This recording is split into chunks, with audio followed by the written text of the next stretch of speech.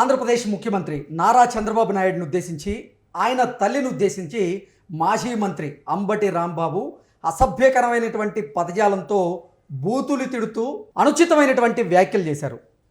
అంబటి రాంబాబు చేసినటువంటి వ్యాఖ్యలు తీవ్ర దుమారాన్ని రేపుతున్నటువంటి నేపథ్యంలో దీని మీద మనం పూర్తి స్థాయిలో విశ్లేషణ చేసుకుందాం. ప్రస్తుతం మనతో పాటున్నారు ప్రముఖ సామాజికవేత్త, ప్రముఖ రాజకీయ విశ్లేషకులు కృష్ణకుమారి గారు. వారితో మాట్లాడదాం. మేడం నమస్తే. మేడం నమస్తే. అంబటి రాంబాబు ఈరోజు నారా చంద్రబాబు నాయుడు గారిని, ఆయన తల్లిని ఉద్దేశించి అసభ్యకరమైనటువంటి పదజాలంతో దూషిస్తూ అనుచితమైనటువంటి వ్యాఖ్యలు చేశారు. ఏంటి ఆ వ్యాఖ్యలను ఎలా చూడాలంటారు? అసలు మధ్య మధ్యలో ఈయన ఇట్లా నోరు బారేసుకోవటం చూస్తుంటే వాళ్ళు కొత్త ఏం కాదు. అంబటి రాంబాబుకి ఇలా మాట్లాడటం కొంచెం నోరు ఇలాంటి నోరే. అంటే సాక్షాత్తు ఒక రాష్ట్ర ముఖ్యమంత్రిని, ఆయన తల్లిని ఏమండి అసభ్యకర పదజాలంతో దూషించడం కాదండి. సాధారణం అంటారా? నేను సాధారణం అనట్లేదు.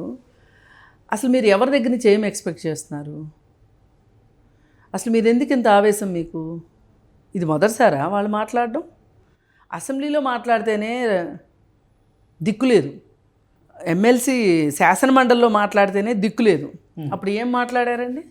లోకేష్ను ఉద్దేశించి ఏం మాట్లాడారు? మర్చిపోయామా? మనకేమైనా షార్ట్ టర్మ్ మెమరీ లాస్ వచ్చిందా? వాళ్ళు ఇంతకంటే మంచిగా ఎట్లా మాట్లాడతారు అనుకుంటున్నారు? కాకపోతే ఇందులో కొసమెరుపు ఏంటంటే ఆ మధ్యకాలంలో అంబటి రాంబాబు తెలుగుదేశంలోకి రావడానికి ప్రయత్నం చేశాడు.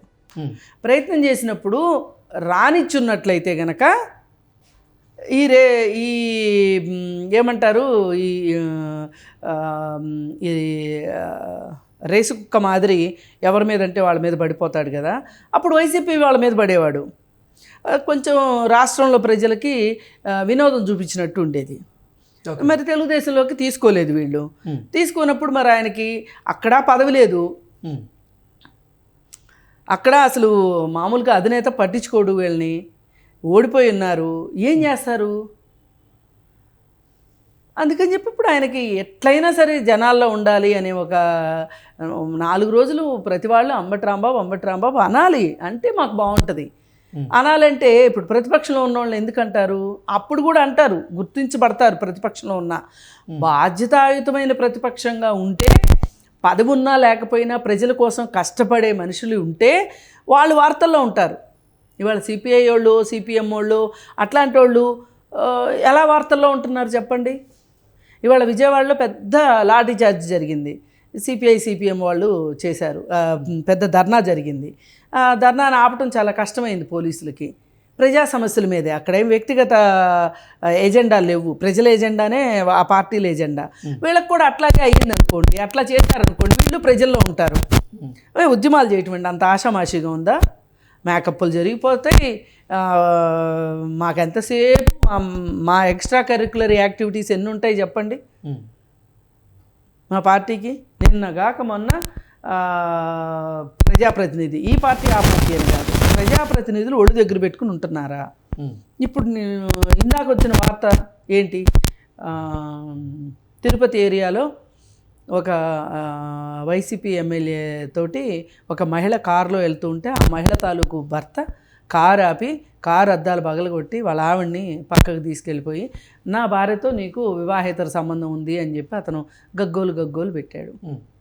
ఇవన్నీ చూస్తుంటే ఎట్లా ఉందంటే, అసలు ఏంటి ప్రజాప్రతినిధులు ఈ రాజకీయాల్లోకి వచ్చి వీళ్ళు ఏం నేర్చుకున్నారు? ఇప్పుడున్న రాజకీయ నాయకులు ఎవరూ కూడా వాళ్ళ ఇంటి డబ్బులు ఖర్చు పెట్టుకొని రాజకీయాలు చేస్తున్న వాళ్ళు కాదు.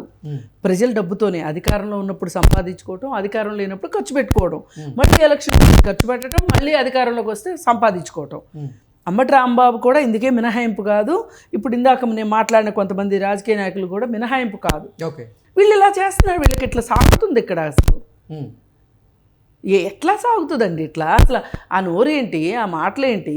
అసలు నేను ఒకటి అడుగుతున్నానండి, నాకు పార్టీలతో సంబంధం లేదు. ఆయన చంద్రబాబు నాయుడు గారిని తిట్టారా, ముఖ్యమంత్రిని తిట్టారా, ఎవరిని తిట్టారా అనేది కాదు ఇక్కడ నా ప్రశ్న. నేను ఒక సోషల్ యాక్టివిస్ట్గా మాట్లాడుతున్నా. అసలు మీకు అమ్మలు ఎందుకు గుర్తొస్తారు చెప్పండి? మీకు నోరులు తెలిస్తే నీ పెళ్ళాం, నీ అమ్మ, నీ అక్క, నీ చెల్లి, నీ కూతురు, ఈ 5 లేని మగవాడు ఎవడో చెప్పండి? అందరి జీవితాల్లో నీ 5 ఉన్నారు కదా.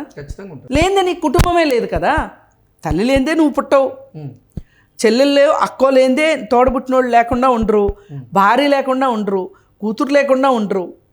మరి ఏంటండి వీళ్ళు అన్నం తింటున్నారు గడ్డి తింటున్నారా? నాకు అర్థం కావట్లేదు. అసలు కడుపుకి అన్నమేనా తినేది? నన్ను అడిగితేనండి జంతువులకు మాట్లాడితే కూడా వీళ్ళకంటే బాగా మాట్లాడతాయి. వాడికి మాటలు రావు. అంతే మాటలు వచ్చిన పాపానికి నిన్ను మాటలు మాట్లాడేది. వాళ్ళ అమ్మ మొగుడు నీకేంటి అవసరం? నువ్వు ఇప్పుడు ఏమైనా మాట్లాడదలుచుకుంటే చంద్రబాబు నాయుడు గురించి మాట్లాడు. వ్యక్తుల గురించి కూడా మాట్లాడక్కర్లా, విధానాల గురించి మాట్లాడండి మీరు. సరే ఆయన చేయలేకపోతున్నాడు. రాజకీయాలు ఏంటి అసలు నానాటికి భ్రష్టు పట్టిపోతున్నాయి. అసలు మాట్లాడు వ్యక్తిత్వ దూషణలు పక్కన పడేసి ఇప్పుడు అసలు కుటుంబ దూషణలు కూడా పెరిగిపోతుంది. అసలు కాదు, ఇది ఒక సపరేట్ జాతిలాగా తయారైంది, రాజకీయ జాతి. ఈ జాతికి పట్టపగ్గాలు లేవు, నోటికి అదుపు లేదు, మనుషులు మాట్లాడే మాటలు కాదు. రాజకీయ పరమైనటువంటి విమర్శలు చేస్తే ఎవరు కాదంటారు, ఎవరు కాదంటారు. ఇప్పుడు అలా మాట్లాడితే మీడియాలో సరిగా రాదు కదా. ఇప్పుడు వీళ్ళు వీరతాళ్ళు వేయించుకోవాలి వెళ్ళి ఎక్కడ తాడేపల్లి ప్యాలెస్లో.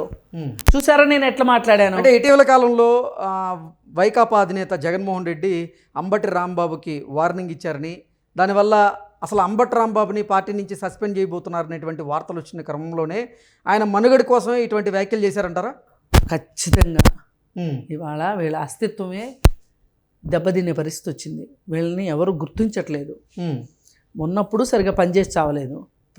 అప్పుడంటే పని చేసినా పని చేయకపోయినా సలహా పలకాలు వేయటానికైనా ఎమ్మెల్యే అంటే ప్రోటోకాల్ ప్రకారం వీళ్ళు ఉంటారు. అలా అన్న జనాల్లో ఉండేవాళ్ళు వీళ్ళు. ఇప్పుడు అది కూడా లేదు. ఇప్పుడు ఎట్లా నేను గుర్తించబడేది ఎట్లా?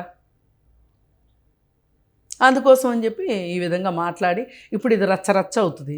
ఈ రచ్చరచ్చ చూసి అబ్బో అంబటి రాంబాబు బాగానే పనిచేస్తున్నాడు, నేను సిటీలో ఉన్నా లేకపోయినా.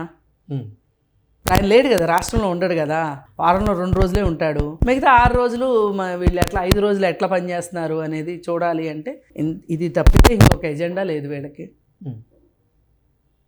ఇలా నా అభ్యంతరం ఏంటి అంటే, మీరు విధానాల పట్ల కావచ్చు, పద్ధతుల పట్ల కావచ్చు, వెయిట్ల గురించి అని మీరు మాట్లాడుకోండి, చొక్కాలు పట్టుకోండి, మాకేం అభ్యంతరం లేదు.